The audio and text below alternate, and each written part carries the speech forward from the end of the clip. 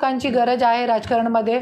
आपला पक्ष नवीन आहे, तुम्ही या आणि महाराष्ट्राला एक नवीन महाराष्ट्र घडवा. नाही तो घराणेशाही हुकुमशाही चालू आहे, घराणेशाहीमुळे हुकुमशाही चालू आहे, हुकुमशाहीमुळे लोकशाही संपली आहे. जरी आपल्याला लोकशाही वाचवायचा आहे तो आपल्याला पुढाकार घ्यावा लागेल. नाही तो आपण सगळे बघू शकता की आज महाराष्ट्रामध्ये जे मोठे मोठे आदर्श घोटाला आहे, सिंचन घोटाला आहे, असे 70 हजार कोटी के 1 लाख कोटी के घोटाला, 20,000 कोटी के घोटाला करणारे लोकांना मोठे मोठे पदावर ठेवतात हे लोक. आणि आज पत्रकार लोकांच्या मर्डर होतात. आठवड्यापूर्वी आपण सगळ्यांनी बघितला की BJPचे एक आमदारांनी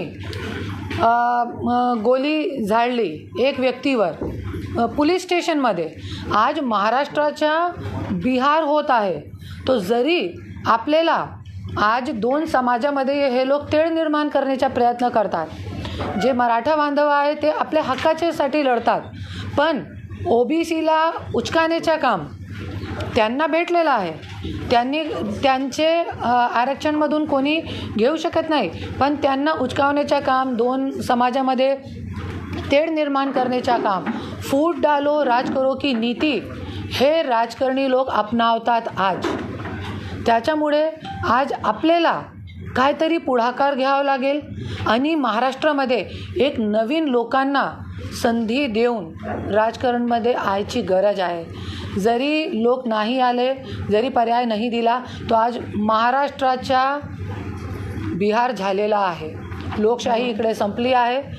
हे लोक जे जितके मोठे मोठे राजकारणी आहे खुर्चीची खिचाताणी में मस्त आहे, व्यस्त आहे. लोकांचे मुद्द्याची आज कोणालाही काही पडलेली नाही आहे. सगळीकडे पूर्ण महाराष्ट्रामध्ये मी खूप ग्राउंड लेवलवर काम करत आहे पिछले 2 वर्षामध्ये. त्या मी बघितलेलं आहे. शेतकरी लोकांची अवस्था खूप घाण आहे, खूप विकट परिस्थिती आहे. काल लातूरमध्ये होती मी, शेतकरी लोकांची भेटीसाठी घेतली. त्यामध्ये शेतकरी लोकांनी मला सांगितलं की ताई, इकडचे जे आमदार लोक आहे ते आमच्या ऊस पण घेत नाही. आणि कुठे जाणार आपले शेतकरी? काय चालू आहे महाराष्ट्रामध्ये ते सगळी जे गोष्ट आहे ते बघून आपणने पक्ष काढलेला आहे. आणि सगळी जे येणारी निवडणूक आहे, स्थानिक निवडणूक, जिल्हा परिषद, पंचायत समिती आणि नगरपालिका सगळे आपण लढवणार आहे आपल्या पक्षाच्या माध्यमातून. आणि येणारी लोकसभा आणि विधानसभा सगळी लढवणार आहे. माझी हात जोडून कडकडाती विनंती आहे की सगळे नवीन लोक या राजकारणामध्ये आणि आपण एक नवीन पुढाकार घेऊ, एक नवीन राजकीय क्रांती घडू. मॅडम, तुमच्या पक्षाचा अजेंडा काय? पक्षाचा एजेंडा हेच आहे की नवीन लोकांना संधी देऊन महाराष्ट्राचे जे आज बिहार झालेलं आहे ते आपल्याला थांबवायचं आहे.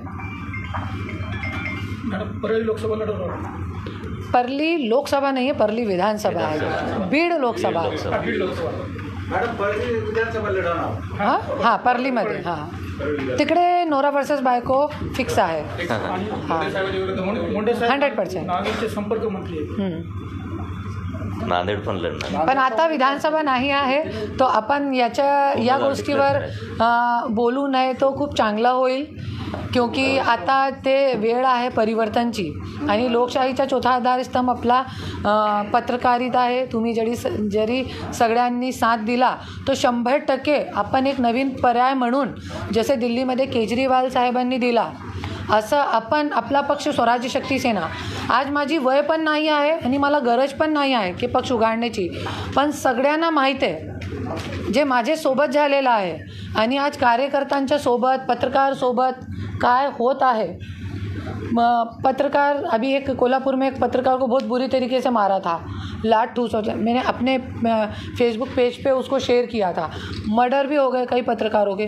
तो आज क्या चालू है महाराष्ट्र में? ना गोरगरीब जनता को न्याय मिल रहा है, ना पत्रकारों को न्याय मिल रहा है, ना पुलिस वालों को न्याय मिल रहा है. पुलिस वाले आत्महत्या कर रहे हैं. तो आज किधर जा रहा है हमारा महाराष्ट्र? बस सुखी है तो ये मुट्ठी भर नेता, उंगली पे गिन लो उतने नेता है, बस वही सुखी हैं. 50-50 वर्ष तेच नेता तेच मुद्दे. आता वेळ आलेली आहे, नेता बदला तर मुद्दे बदलतील.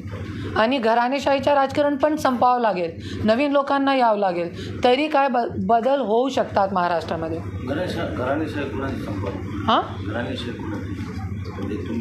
सगळीकडे घराणेशाही आहे ना, तेच नेता तेच मुद्दे सगळीकडे. कुठे नाही आहे महाराष्ट्रामध्ये कोणत्या ऐसा जिल्हा, कोणत्या ऐसा विभाग आहे जिकडे नाही आहे.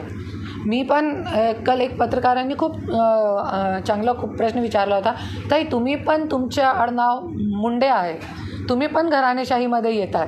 मी घराणेशाहीमध्ये होती, पण आज मला घराणेशाहीमधून बाहेर टाकला गेलेला आहे. त्याच्यामुळे आज माझ्यावर पण जे अन्याय झालेला आहे त्या अन्यायामधून मी लढते कधी मी लोकांच्यासाठी लढा सुरू केला मला माहीत पडलेला नाही. हां, सगळे घराणेशाही संपावं लागेल आपल्याला, क्योंकि तेच नेता तेच मुद्दे आहे. क्योंकि हे लोकांना काय पडलेले नाही आहे ग्राउंड लेवल. हे लोक हेलिकॉप्टरमध्ये फिरतात रोडवर, कॉमन जनतासाठी ते रोडवर किती गड्डेगुड्डी आहे, 1-1 फुटाचे आहे की किती आहे ते लोकांना काय कळत नाही. आणि त्या गड्ड्यामध्ये गिरून किती बाईकवाले, तुम्ही सगळे पण बाईकवर फिरतात, तुम्हाला माहिती आहे किती वेळ तुम्ही गिरून तुमचे कधी हात तुटलेले आहे, कधी टांग तुटलेली आहे, सगळ्यांना माहीत आहे. तो आज ये गोष्टीवर हे लोक विचार करत नाही, क्योंकि घराणेशाहीमुळे हेलिकॉप्टरमधून फिरतात हे लोक. तर ग्राउंड लेवलचे जनताच्या लोकांचा काय विचार आहे नाही. राज्यात किती ठिकाणी उमेदवार उभे करणार तुम्ही? सगळीकडे 288 आमदारकीमध्ये. आता आपला एक लोकसभामध्ये मी काय तुम्हाला एक नंबर देऊ शकत नाही की मी 5, 6, 10, आपली पुरी 47ची तयारी आहे.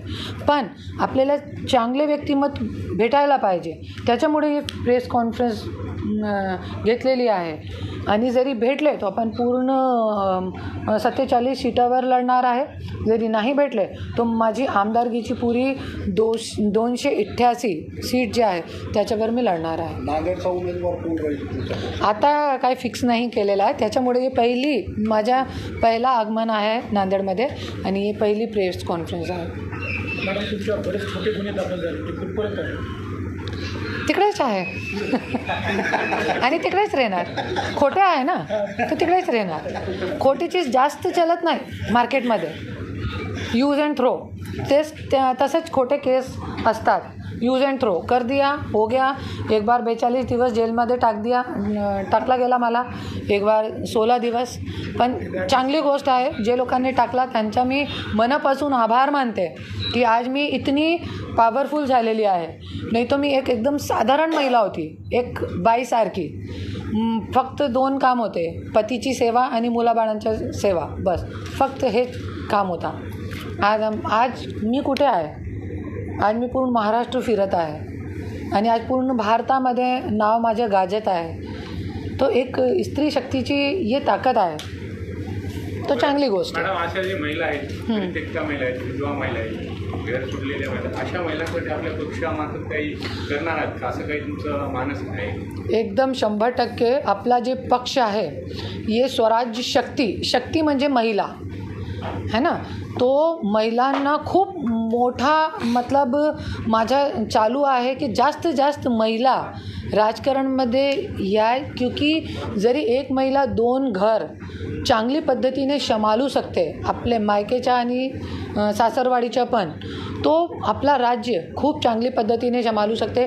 याच्यामुळे माझी एक प्रयत्न आहे माझा की जास्त महिला राजकारणमध्ये याच्यासाठी माझी खूप धडपड चालू आहे.